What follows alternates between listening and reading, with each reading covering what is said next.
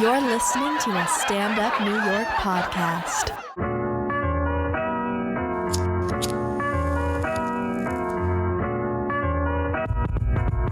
Hey guys, welcome back to A Girl's Guide. I am comedian Chanel Ali, and while this is called A Girl's Guide, it's just a guide by a girl. You don't gotta be a girl.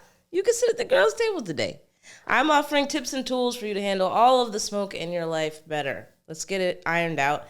And I am joined by a lot of my very funny and very talented comedian friends. Today, I'm so excited to have the amazing, the incredible Joyelle Johnson. Not only a comedian, not only a writer, not only an actress, but an activist out here on red carpets shouting out her abortion and letting people know you don't have to have shame about making decisions that are right for you. Welcome.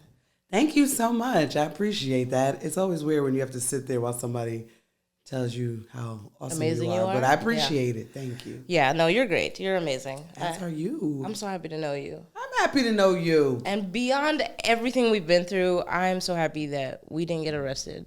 I feel like there were a few times where that was on the docket. An arrest could have been warranted. It could have been warranted. And also, we learned a lot of good lessons together, you know?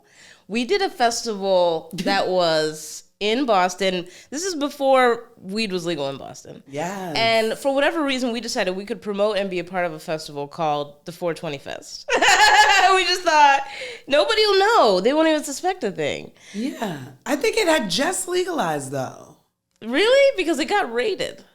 It did get rated, but I thought it was rated on like a technicality. Like they weren't allowed to sell it in a space. I think it got rated on a technicality. That was my thought that happened because no one got arrested, right? I don't know. We left. We definitely left. We left, and one of our friends grabbed a bunch of J's off of a table. In the scuffle. In the scuffle, in the chaos. So shout out to that homie because we smoked. There was a bunch of J's. Yeah, no, we were good for, I don't know, like 2 days. For the three of us potheads, for sure. We got through it, but I just remember feeling like really concerned that we were just going to get hemmed up and caught up with like something stupid. And also, an undercover cop walked by us as we were leaving, and I was like, oh, that guy's walking like he has poop in his butt. Must be a cop. Must be a cop. So let that be a lesson to you. If you see somebody plain clothes and you're like, oh, that guy's walking like his cheeks are stuck together with poop in them. Yeah. And maybe a stick? I don't know. A little stick up the ass. It's like he's still trying to move, though. And he's like really like trying to get somewhere. That's a cop. That's okay? a cop. Mm-hmm. And you should leave that space and do like we did, which is pick a meetup point. A few blocks away. Did we just text each other? Yes. We're like, we are up the block. We texted each other like in the scuffle as this place is getting raided. We're going to meet a few blocks away. But I was a little scared that we were going to meet up and one of the cops was going to show up. Like, yeah, I have his phone. Oh, I remember what it was.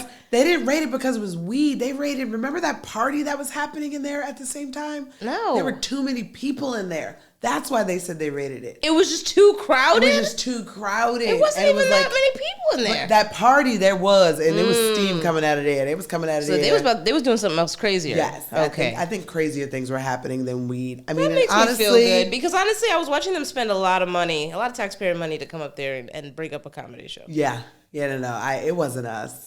That's my story, and I'm sticking to it. It wasn't us. We weren't breaking any laws. It's just a little grass. I want to talk about dating interracially. Ooh, okay. Is this because you're in an interracial relationship? I am. But isn't he mixed too? He's mixed, yes. He's half Taiwanese, Taiwan, not Thailand. Tell us. Everyone confuses that. And he's half Taiwanese, half white. Wow. Yeah.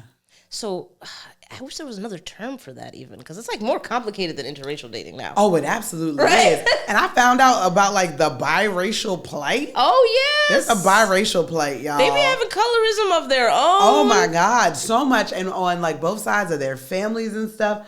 I've learned a lot, and I apologize to any biracials I may have disrespected in my journey in this life because y'all have it difficult. We're learning. Yeah. I had Cab Washington on my podcast a couple weeks ago, and I told him I never wanted to be light-skinned in my life because I feel like they had it rough. They had it rough. Yeah. And even a lot of the girls I know that had like really, really crazy relationships early on in high school were like light-skinned girls that everybody thought was really pretty. And I was like, dang, why y'all treat them so bad? And also, I feel like we have a pretty medium tone. Yes. Depending on what time of the year it is. That's right. How and much now on that you vacation. say that, I do appreciate that because it's been a black plight to be dark and a black plight to be light. Absolutely. And we are just toting that middle line. We're skating. Brown. We looking like tables and couches. That's right. And paper bags. It's giving bags. It's giving bags. It's giving actual Moisturized bags. Yes, moisturized Somehow. bags. Somehow. In the summer, I'm not passing the bag test, but in the winter, That's right. maybe. But so is this your first interracial relationship? It's not. My second boyfriend was a white boy. Yeah. And that was like just kind of like he was ugly. Yeah. He was not cute. His credit wasn't good. I don't even think he had credit. Oh, okay. It was early. This was an aspect of low self-esteem. Oh! That I was with this dude. I understand. I mean, we've all been there, right? It happens. Yeah.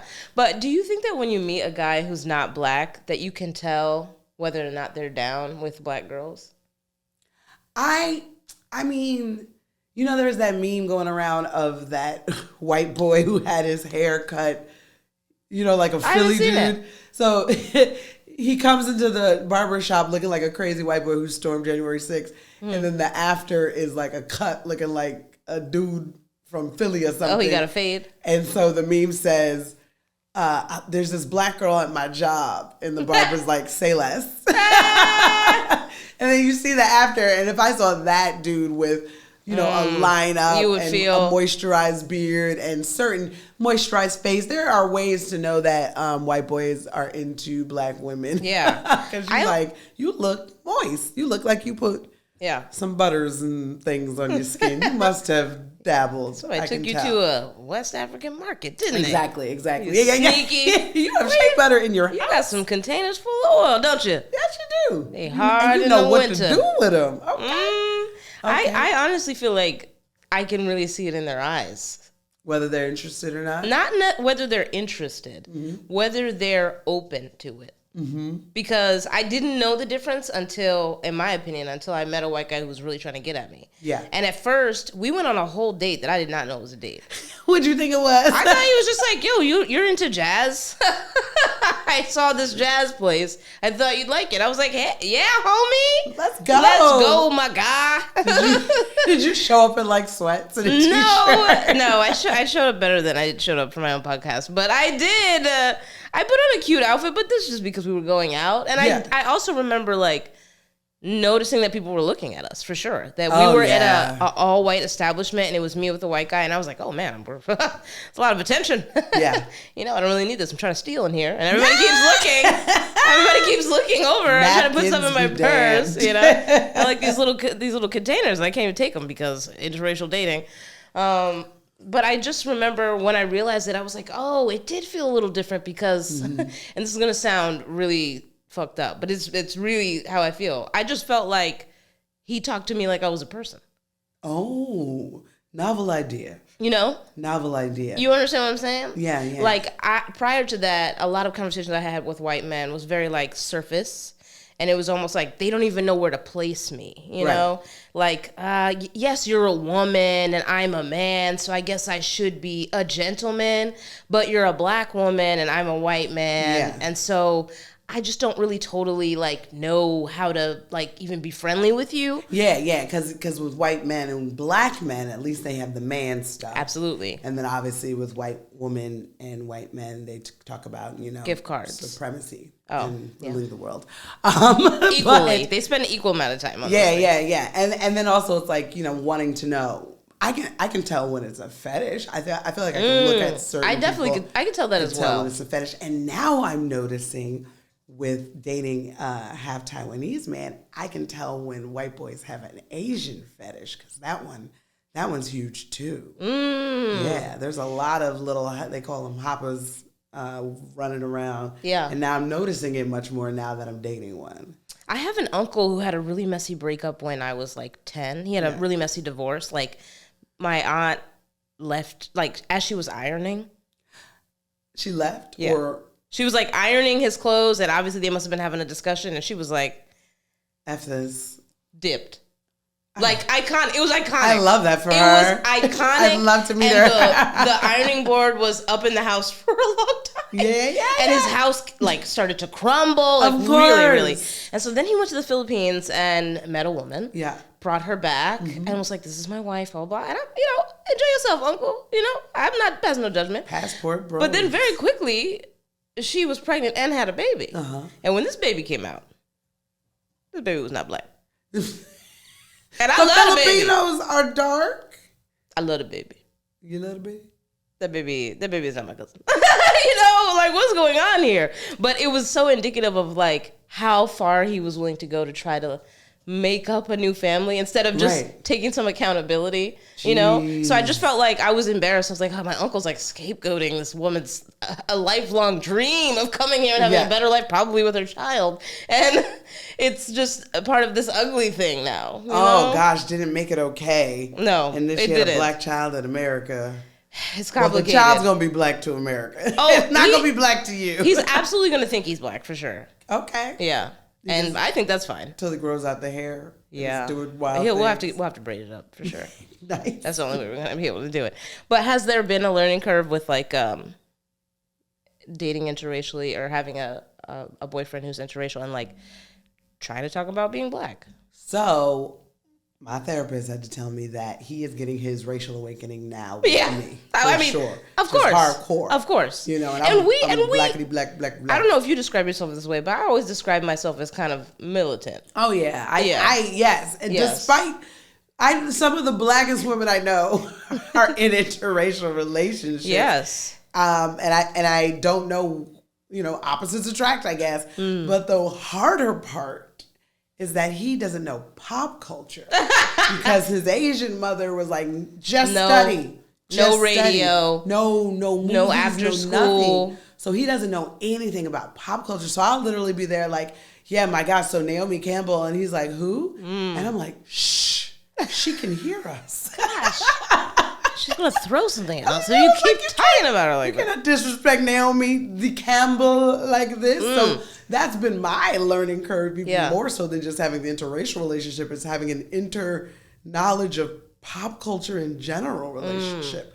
Because I'll be like, have you seen, this thing, that thing? And, it's like, take your black card if you ain't seen certain things. But he hasn't seen stuff like just the general population hasn't seen. So that's been an adorable meshing of two different, because I'm all pop culture. He is none. When I dated a white guy seriously, and I actually lived with him for a while, we got into a fight one day over golf. Oh, not playing it, watching it. Watching it. Watching it. The argument was he Tiger had on the 3. Screen? Tiger was not on the screen, and that was part of it. He wasn't even playing, but my boyfriend at the time had 3 TVs in his house. Like he had like different rooms, and he had golf on every TV. Ooh. And it was like one of those days where people are playing golf for 10 hours. I don't even know what championship it could have been. And I just exploded on him. Turn off this golf. Tiger's not even playing. You don't even know how to play golf. And I played golf. I actually like golf. Not like this. I am so happy my dude does not care about sports. Yeah. At all. Like, because I hate sports noise. I hate the noise of it. I hate sports sounds. Boy sports sounds. When ESPN is on, I'm just like this. It makes me sleepy sometimes. I can't stand it. I can't stand it. The noise, the yelling, the the commercials be dumb loud. And like so ignorant. You ever like tune in and you watch a boys show and you're like, this is what they're putting in their heads? Yeah. This is what they're trying to tell you. In there. You could be a strong man. You just gotta wash with Dove. I'm like, what's going on? How does Their that ads equate? are insane. Like, just wash. I'm like, what? Yeah, no. And so I can't do sports. I can't, and I'm so happy he's also not into sports as well as pop culture. But I'm like, I'll take that. I'll take those two together versus someone who's like, I'm gonna cry if their team lost the Super Bowl. Like, what? No. I dated a guy like that who would cry. Took it really personal. If his team lost. Yeah. Cry. Like, couldn't talk to me. Had to go into his hole. And his team was losing all the time. Oh my God. It was crazy. And I was just like, who cares? cares? Yeah, they don't care about you. No, they sure enough you. don't. And you also, once again, can't even play this game. And that's... I can see if you used to play. You know. Or like you were close and then you got hurt. If you're close and you got hurt. Yeah, I know a couple of those people. That is personal, yeah. I'd understand, but if you just ain't never even picked up the ball. So during the pandemic, you bought a gun. I did. What color is it?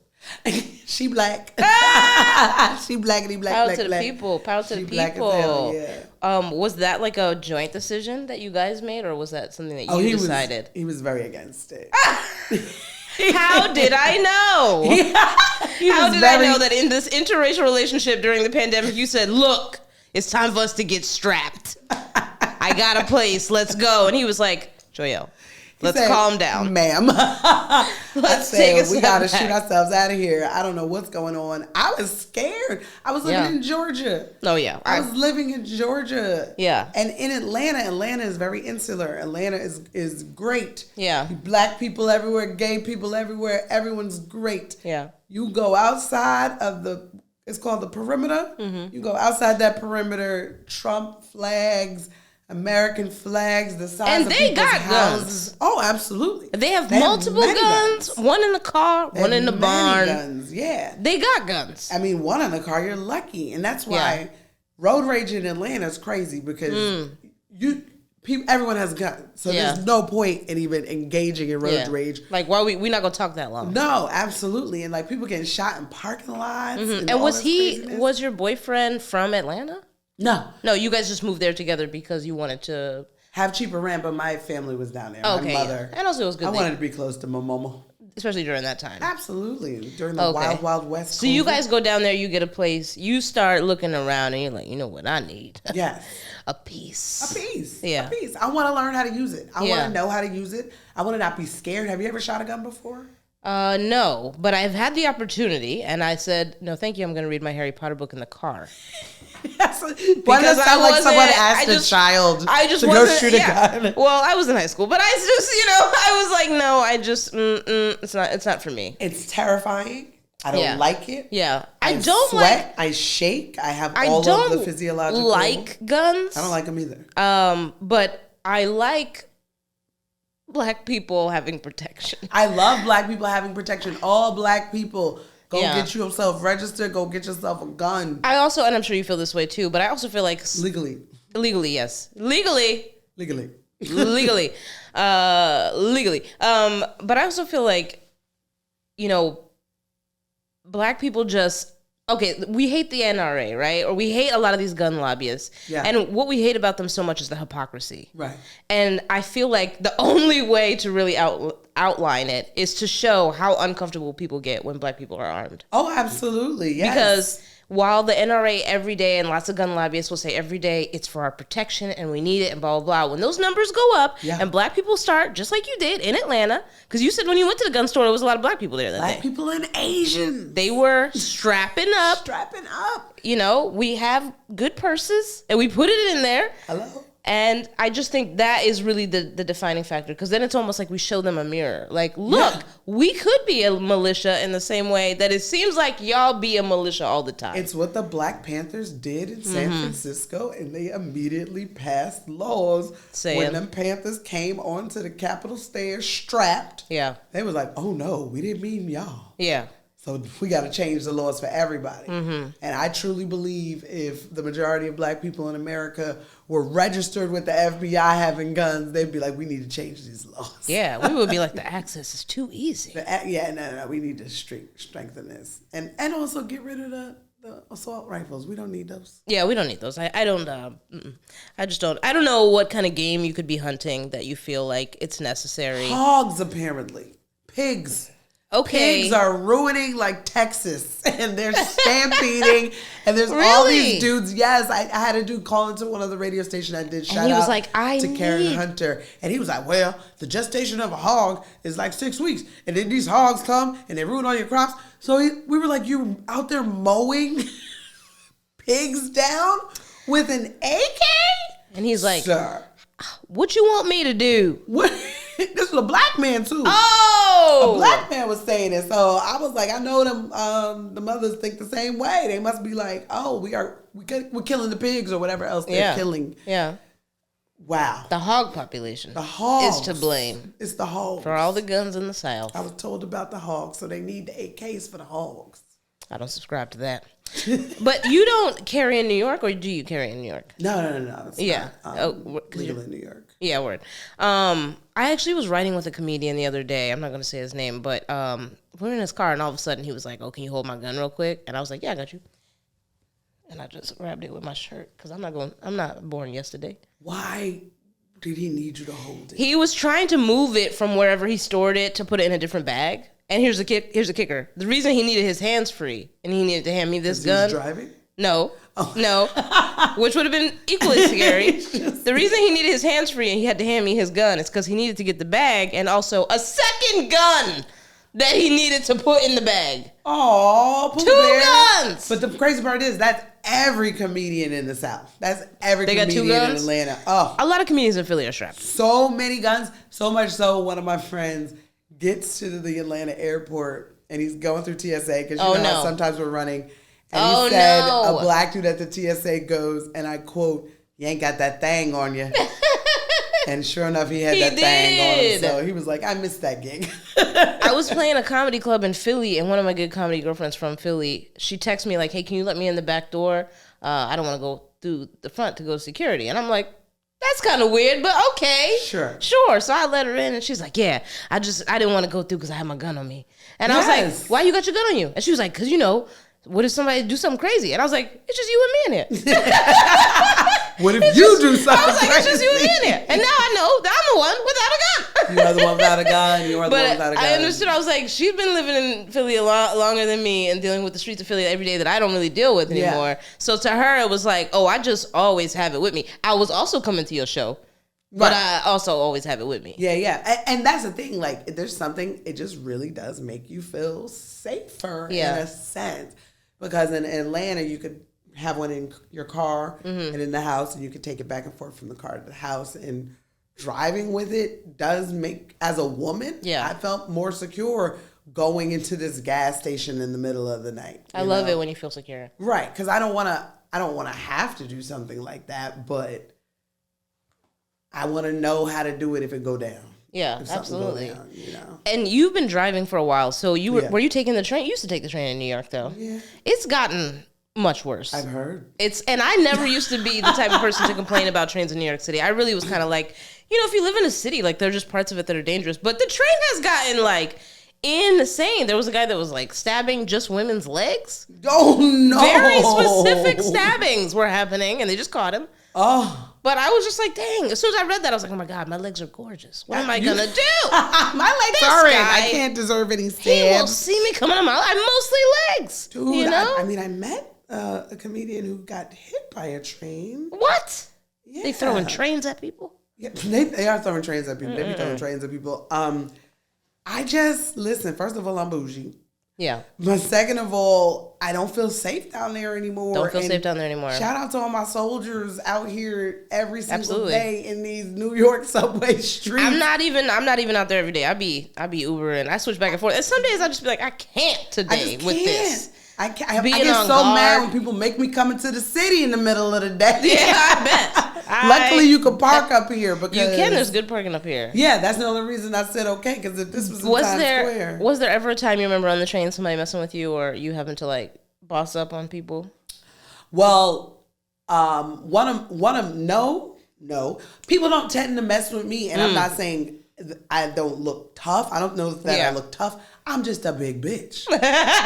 So it's like I'm tall. How tall are you? I'm 5'10" and a half. That's plenty. I'm 5'10" and a half. I weigh 200 pounds. What? So I have a joke about this. If you're gonna think about who to mess with, do you want to try me? Yes. And it's only truly crazy people who are going up to like big black men. You're like, oh, he's actually crazy. Yeah. Like, where are you gonna take me? I think the majority of the people down there aren't crazy, and not saying crazy in the ableist way, but in the old school way. I apologize if I offended anyone, but I could tell. So I haven't had any of those situations. But when I first came to New York, It was one late night. I was headed home, going in Union Square, very popular subway, but it was around 2 a.m. I see a woman walking down the stairs. She's clip-clopping. She got on some stilettos and a little skirt. So she says goodbye to her friend, and I hear these dudes be like, there go one. And in my head, I thought they were trying to holler at her. We get on the subway. She sits down. They surround her. They're flirting. She's like, all this stuff. Kikiing. I'm just watching it. You're like, here we go. There's people on the subway. Yeah. It's not empty. Yeah. And then the next stop we get to, the doors are about to close. One of the dudes grabs her purse and runs out the door. Dang. And the door's shut. She tries to... His friends are still there. Ooh. And she starts yelling at them. And she's like, that's my purse, my ID. She's like freaking out, crying. No one helps her. They feel no nothing. one does anything. And the dudes were just sitting there like, what? And They were like, we barely know him. Right. No, they did. But I realized when they were like, that's one right there, they meant a mark. You know? Yeah, absolutely. So absolutely. They could tell that she would be easier to just grab and run. Yeah, to grab and run. I got on a backpack. I got on bags. And you're looking at them in the eye, like, what's up? I'm looking at people. I don't got headphones on. Yeah. I'm looking at you. Anytime people are around me, no headphones. You gotta stay aware. But also, I don't go down there anymore. No, I love that for you, and I aspire to get down there, but or get like you. But until then, I do have a couple of things that I do when I feel like somebody crazy comes at me on the train, and I'm gonna give them to you, and you tell me what you think about these methods. Okay. The first thing I like to do is if somebody comes up to you and they're being crazy, is what I call the look around. So if somebody comes up to you and they're like, "Yo, you alone?" Just be like, nice. Just like you look disoriented. Yeah, just like you can't even see them almost, but you're like, did I hear something? Yeah. And then really look like you're looking for some shit. Be like, what the fuck? I like that. I like a little bait and switch. Because it's so like spastic that they'll be like, oh, well, let me help you find what you. Yeah. They start to get crazy. You like that one? Okay, I do like that one. Okay. I like that one. And also for me, I would add a little moving away with it. Yes. We start to find the thing in the next car. Is there some? Oh, I can go out these doors. They just opened. Okay, the number 2 is to look when somebody crazy comes at you on public transportation. Look just above their eye line, right? Like just above on their forehead, and then squint at it. Ooh. Like you got something? What is on your face? You got something on your face? Oh my God. And then like act like you trying to like, oh my God, what is on your face? Rub that away. Yeah, you got to do it quick. Work? You can't do it. That sounds like something. How's it work, girl? These are tried and true. I've been in New York City years. I need to see this one in action. It makes you uncomfortable if somebody is not looking you in your eyes and they're looking at your face. I promise you. It's human nature. If you can see somebody looking at a portion of your face and they're not looking in your eye, you be like, what the hell you looking at? What is wrong with me? It's just here. You be like, oh, I'm not even ready to attack a woman if I'm looking crazy, I guess. Well, I'm going to tell you have to write that scene into a movie because I need to see that play out. Okay, another one. In many scenarios. Another one. If somebody crazy comes up to you on the train and starts talking to you, start fake choking.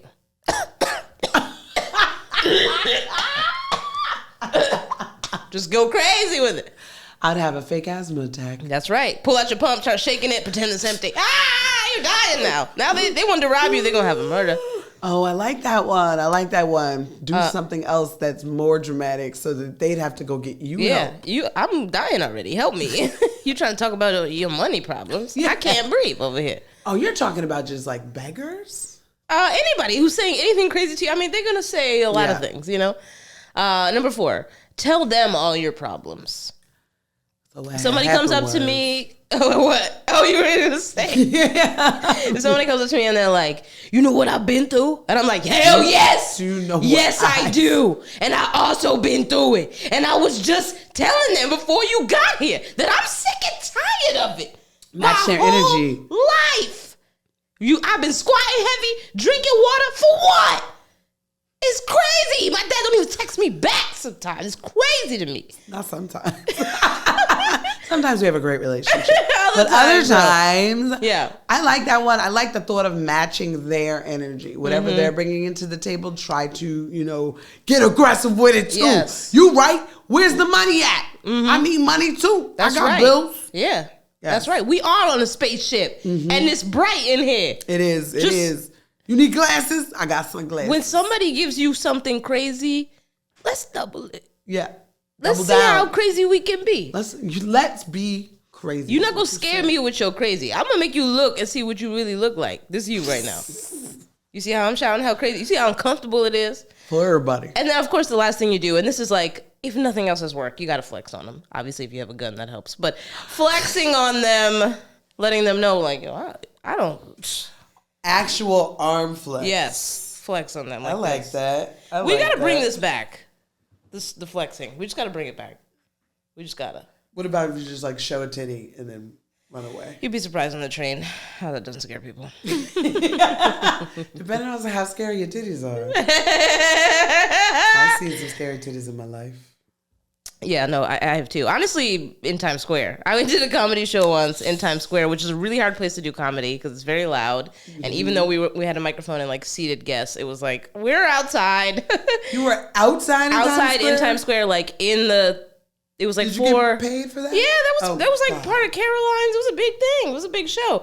But they told us we had to be super clean because we're outside and there's kids and shit. And so this comedian gets on stage and he's cussing a little bit. And they're getting a little annoyed. And he's like, you guys told me I had to be clean, but there's a lady sitting in the back row fully naked. And we turn around. We all turn around. And this white lady is completely naked. She only has on like 2 overall strings that are connected to some shorts, but her titties are out. Old lady too, right? Out. And so when we turn to her, she literally immediately says, "Fuck you, asshole." And I was like, did you pay this lady? Is this a bit? Because it's hilarious, but insane. Oh my gosh. I hate those shows. Don't stop booking me. I just had to do one in Central Park. And it was so funny because the lady specifically messaged me and was like, no cursing, no sex, no abortion. Ooh, and I was like, specific. Who, me?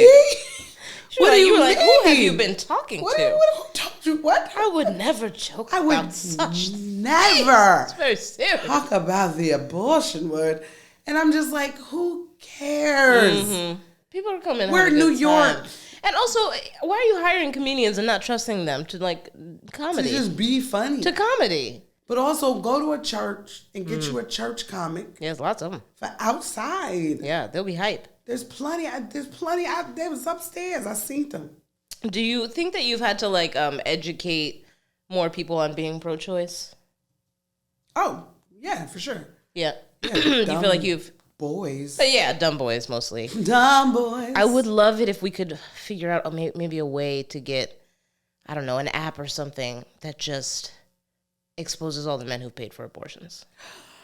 I mean, let's trace the funds. Hello, because we can't get pregnant by ourselves. Somebody's doing it. Yeah, it's just like every woman knows someone who's had an abortion, but men don't know anyone who paid for them. Very suspicious. So suspicious. Very suspicious. Yeah, no, I honestly believe 90% of people deep down in their hearts are pro-choice. I absolutely agree. I might even say 95%. Mm-hmm. You know, it's like there's a very small sect of devout believers, and those are the people who are like, I don't care what I don't care. And we gotta make more babies. I actually quote unquote respect, because it should be across the board. Yes, there shouldn't be good abortions and bad abortions. Like, if you really feel that way, if you believe it, absolutely. If you believe it's a bad thing, it's a bad thing across the board. I especially as a Black woman, I'm always like, if ever I've engaged with somebody who's saying that they're pro-life, I'm like, okay, but how often do Black women die during childbirth? Because I know the statistics about it. Yeah. And we're in America where we have great science, great technology, incredible medicine, incredible research. Black women are dying for a very specific reason. Medical racism. And if they're, medical racism. And if they are dying and their babies are dying, how pro-life are you that you're not even bringing that up? Yeah. I mean, there's so many holes in their arguments, and least of all being, you don't care about any, social services or whatever after the baby is born. You just want to have the baby. It just doesn't make any sense. What is that going to do to my body? Hello? Yeah. I don't. I've had to educate many pro-choice, pro-life anti-choice people. But what I realized, the ones that I could change are usually the young ones, you know. Little young ones will come up to me at, like, say, a Politicon event or something like that, and they'll just be like, you tell me why you should be able to. And I'd be like, are you a virgin? And they're like, what? And they're like, huh? And a couple of them be like, yeah, I'm a virgin. I'm like, let me know when you get your dick wet, buddy. Let me know when you start have living. slept with someone you never even want to see again, let alone parent with. Forever. Who comes to tell you they are pregnant with your child. Absolutely. Like, shut up. People down deep are selfish and petty. And when it comes to affecting their direct life, I guarantee most of these people will find a reason to have an abortion. Yeah. It could be as simple as a black man knocking up your 15-year-old daughter.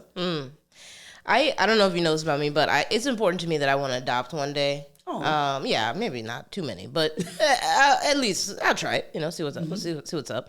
But I also am open to the idea of having one kid of my own, only because I want to see if I make a funny baby. Oh no! You don't know how no way. DNA is funny? No, it skips a generation. So you'd have a funny grandbaby. Your child would be like an accountant.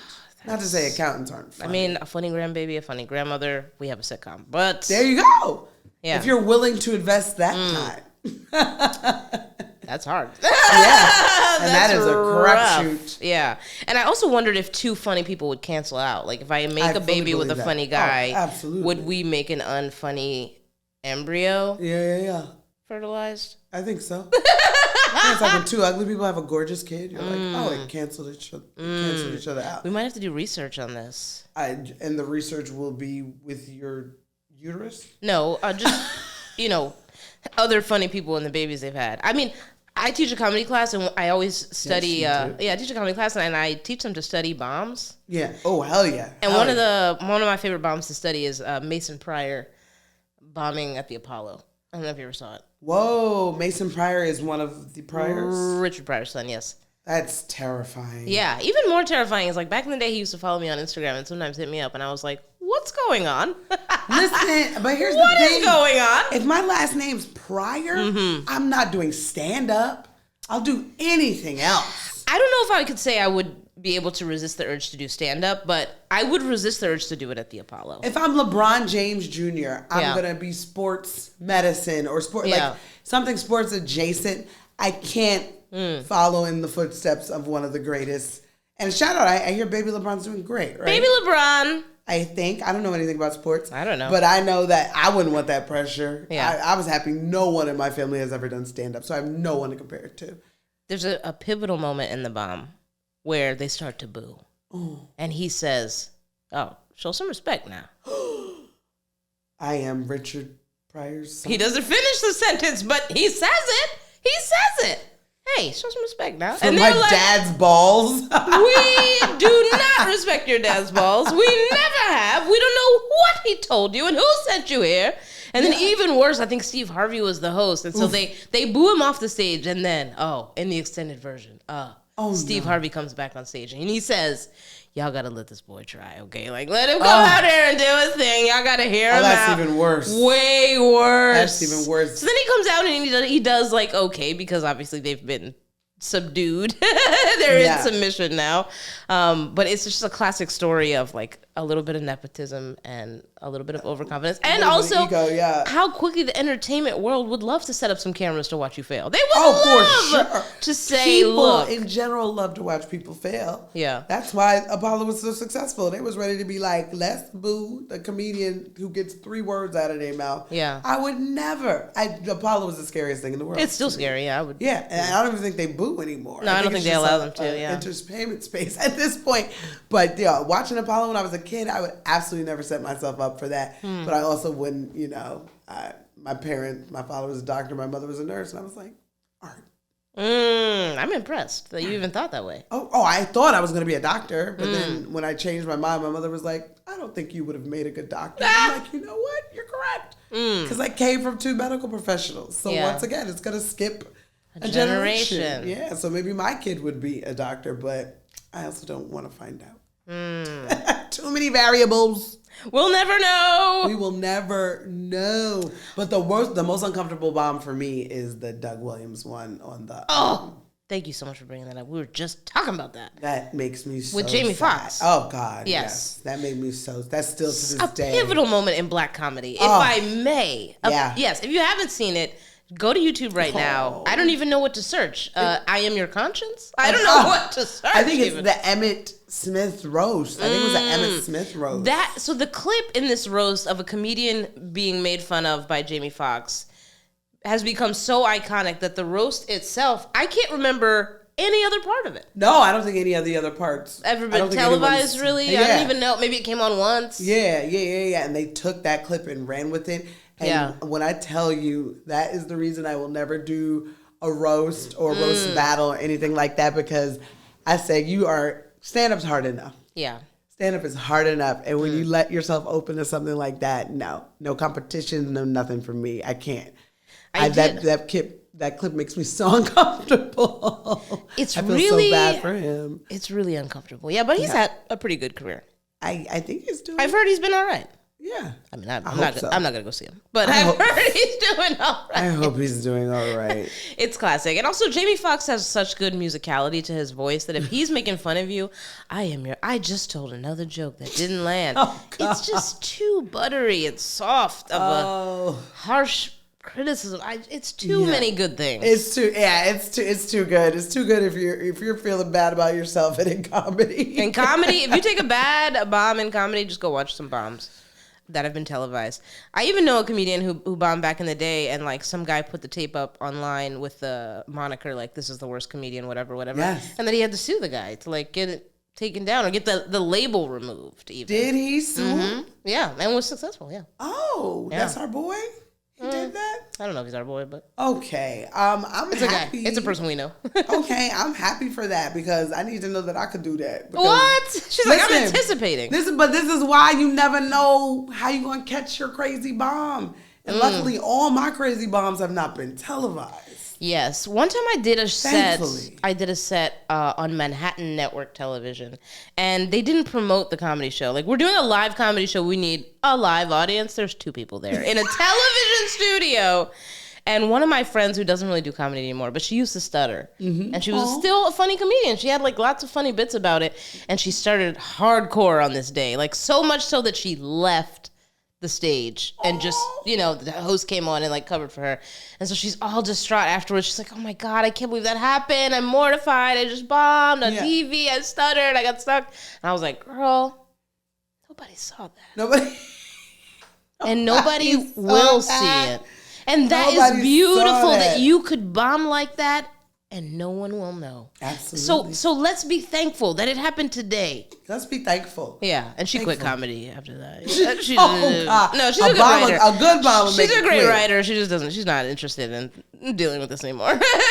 So I appreciate it. You never know when that bomb gonna come. It's going to find you. It's hustling. It's going to find you. Okay, so now we've come to the part of the episode where we play a game called I'm Good. Ooh. Yeah. I look fly. I look good. I didn't know we had a theme song, but here we do.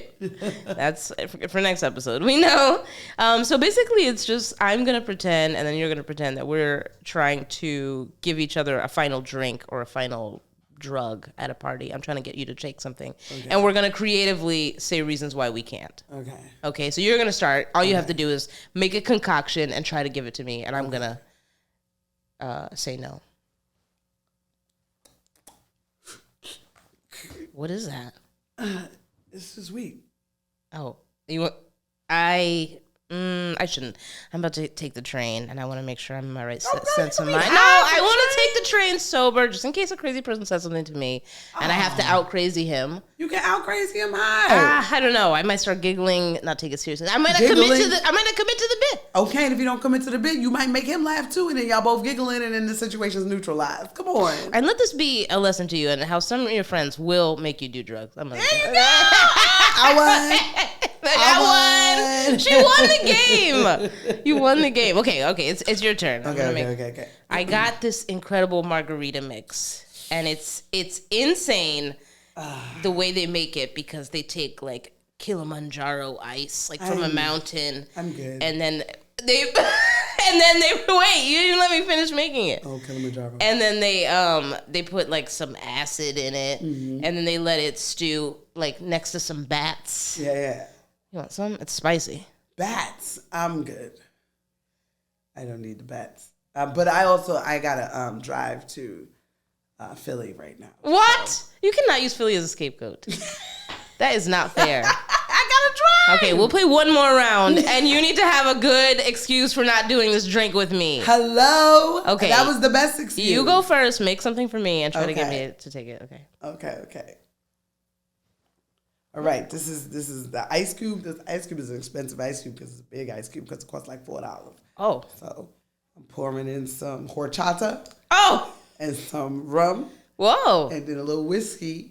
And then some lime how juice. you holding all those bottles at the same time? Listen. You know what? I would, but I want to escort a woman to get an abortion later today. And I want to make sure I'm in my rights, you know. You don't need to be sober for that. What are you talking about? No, there's going to be journey. people harassing her. And I want to make sure that I let them know that they should be home taking care of their kids. What makes you more able to let people know how you feel than alcohol? There you go. Your girl. She's a winner, baby. I'm going to be at the clinic. Let her through. Let her through. She's a winner, baby.